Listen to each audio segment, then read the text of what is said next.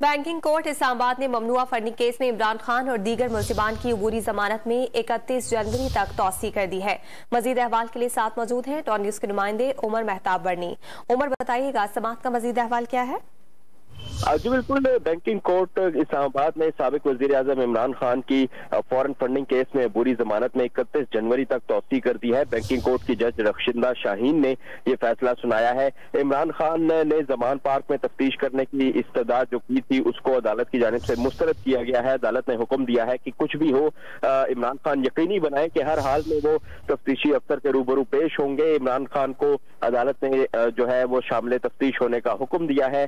और इसके अलावा मजीद आपको बताएं तो आज इमरान खान की हाजिरी से इस्तिस्ना की तिबी बुनियादों पर दरख्वास्त भी दायर की गई थी, जिसको अदालत ने जो है वो मंजूर कर लिया। ताहम जो प्रोसिक्यूटर थे, स्पेशल प्रोसिक्यूटर रिजवान अब्बासी, उनकी जानिब से इमरान खान की दरख्वास्त जमानत और उनकी तिबी बुनियादों पर जो इस्तिस्ना की दरख्वास्त है, दोनों की मुखालिफत की गई। उनका कहना था कि इमरान खान सियासी सरगर्मियां जो है उनको लुक ओवर कर रहे हैं, लेकिन फिर भी वो अदालत के सामने पेश नहीं हो रहे। इमरान खान मीडिया पर आते हैं लेकिन वो अदालत के सामने पेश नहीं हो रहे। उनकी जमानत की दरख्वास्त जो है वो मुस्तरद की जाए। ताहम अदालत की जानिब से फैसला महफूज किया गया था, जिस पर अभी फैसला सुनाते हुए उनकी अबूरी जमानत में 31 जनवरी तक तौसी की गई है। इमरान खान की अबूरी जमानत में 31 जनवरी तक तौसी की गई है। बहुत शुक्रिया उमर मेहताब, आपने अपडेट किया।